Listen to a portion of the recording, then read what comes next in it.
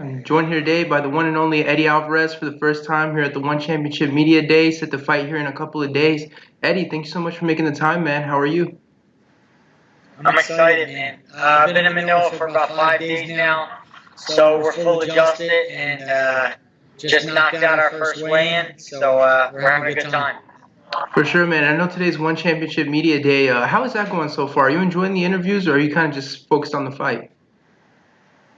The media is out of control here. We yesterday when we did our press conference, I never seen anything like it. I never seen so much media in one place. So it's gonna be a hell of a show. Yeah, how is it for you? Is it fun, or is it just getting tiring? Because I know your mind is probably on the fight at this point.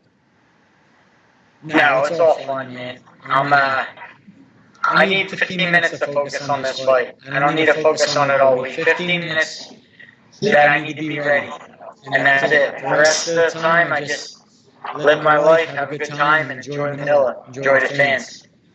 And so I know you came, like you mentioned, you came to Manila 5 days ago. What's the adjustment like? I assume the time change must be pretty big for you. Yeah. Right now in Philadelphia, it's 5 in the morning. So every once in a while, like the last couple of days, around 5, 7 o'clock, something like that. I really start getting tired, but I keep fighting and fighting and more. And we try to work out on the same time that we would fight, which is probably going to be roughly 8, 9 o'clock at night. So we're doing our best here, and it's working. And how many days does it usually take you to adjust? They say, for every hour you're supposed to be out here 1 day for every hour, but I think around 5, 6 days is good enough. For sure. And let's talk about this fight a little bit. Obviously, it's a good one. It's getting you back in the tournament. What are your thoughts on your opponent as you sort of head into this one? Edward's a gamer. He's a champion for a reason. He's been a champion for a reason, and puts a great pace out there. He fights a great fight, and he's a tricky opponent. Does a lot of spinning stuff, explodes into his attacks. So definitely a guy to watch out for. But I'm the best at this. Mixing it up, mixed martial arts is what I've been doing for the last 16 years. There's no one better. And it's about going out there and showing that I can be dominant when I'm my true self. And how do you think you match up with him? I know a lot of people on Twitter are kind of worried that he's a lot bigger than you, but I mean, you've been through so many fights. I'm sure that size advantage is not really a big deal at this point. Yeah, we have to make sure that we're doing the right things to negate that.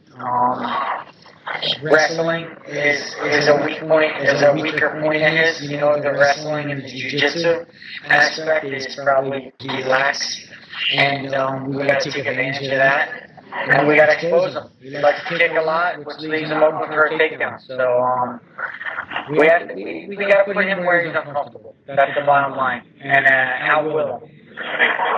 And you mentioned that you already had your first weigh-in. Can you kind of explain to us what your weight cut process is like now that you're with one? Because on the outside, I think a lot of people are still a little bit confused. How many weigh-ins do you have, and what's that process kind of like for you? We have 2 weigh-ins. Our first weigh-in is Wednesday, our second weigh-in is Thursday. And you have to be hydrated. Your pee test has to be fully hydrated. And when you step on the scale, when you're hydrated, you have to be on your underweight. On your weight. So that's it. You got to be hydrated and underweight for your fight. Or on weight. Sorry. And so how does that change that process for you? Because I assume you can't be sweating out the weight in the sauna. I mean, what have you and your team sort of done to adjust this new system? It just forces you to be accountable and responsible months in advance. You have to truly get down to your fighting weight months in advance, or weeks in advance, and then stay hydrated. That's really it. It just makes fighters be more accountable. And do you prefer this process, or did you prefer the old school process of just, dehydrating the night before? Which one do you kind of prefer? I've been doing the dehydration process since I was 15 in wrestling, so I was comfortable with that and I understood it. There's still a learning curve for this one, but this one, health-wise and long-term is much, much better. Make the fight week enjoyable. Like, I'm not suffering. I'm enjoying the aspects of fight week. So that's something new to me. So I'd much rather this one. Yeah, that was something I was curious about because I was like, man, if we're talking to him so close to the fight, it must mean the weight cut isn't that quite that brutal. Because I know there's some guys, even during fight week, they won't do anything because it's just the weight cut's so brutal. That's all they want to focus on. Nah, it's all smiles, man. Nobody's dehydrating themselves and cutting and doing all this crazy stuff to get to a weight, then just for both guys to put it all back on. Like, let's just skip that. Let's just dehydrate it. Let's step on the scale and fight whatever we weigh, you know? And this is not going to be your second fight, one championship since you made the decision to jump over. You were kind of one of the first guys who sort of, left the UFC, made the jump to one. Are you still happy with I assume you're still happy with your decision, but looking back, is this something you maybe wish you would have done earlier, or are you just happy with the way everything's kind of playing out since you made this decision?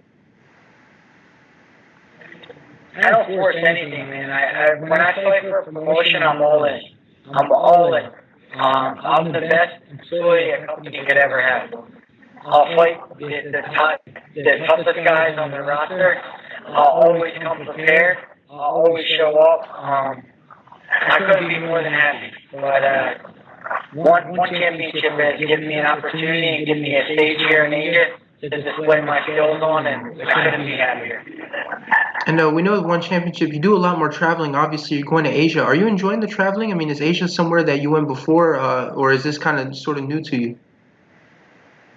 No, absolutely. Even after the fight in Tokyo, which I love fighting in Tokyo, and I love traveling there, we were able to go to Thailand, one championship, flew us to Thailand for a retreat there, a couple days there, and I've been to Singapore already, so I enjoy this part of the job. I love to travel the world, see new things, and it's a perk. It's definitely a great perk. And let's talk about your debut. Obviously, I'm sure it's not what you kind of had in mind. What do you think went wrong for you in that fight? I just never got hot. I should have warmed up better in the back and gotten the state.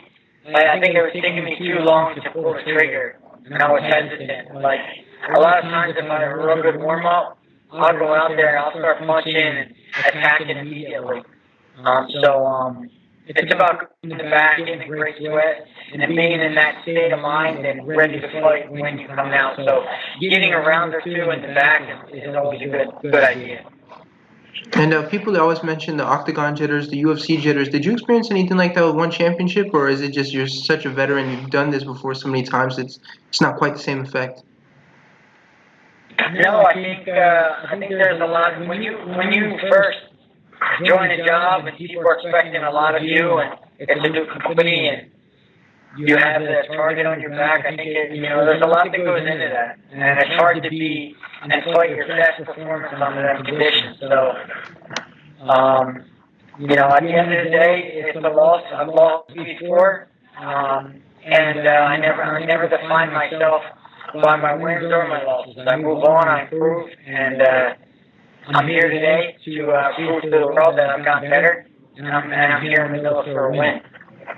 And speaking of that fight, now you're heading into this one. Is there a lot of pressure on you because you do want to get that first victory with one? And of course, you are in the lightweight tournament. What's that pressure? What's that kind of feeling like as you head into this fight? I think I got a second life. I think getting that loss out of the way relieved all the pressure that I had. Coming off losses, I've always done really well. It's like ripping off a mask and feeling free again. I feel free. I'm vulnerable. I can lose. Everybody knows it, and now I can be my true self. And we know you are someone that's usually in very exciting fights, and that's what a lot of fans look forward to. What kind of fight are you expecting here in this one? Can we expect a barn burner? Can we expect more of a sort of holding yourself back a little bit and more technical? What kind of fight are you expecting out of this one? I'm looking to be technically violent.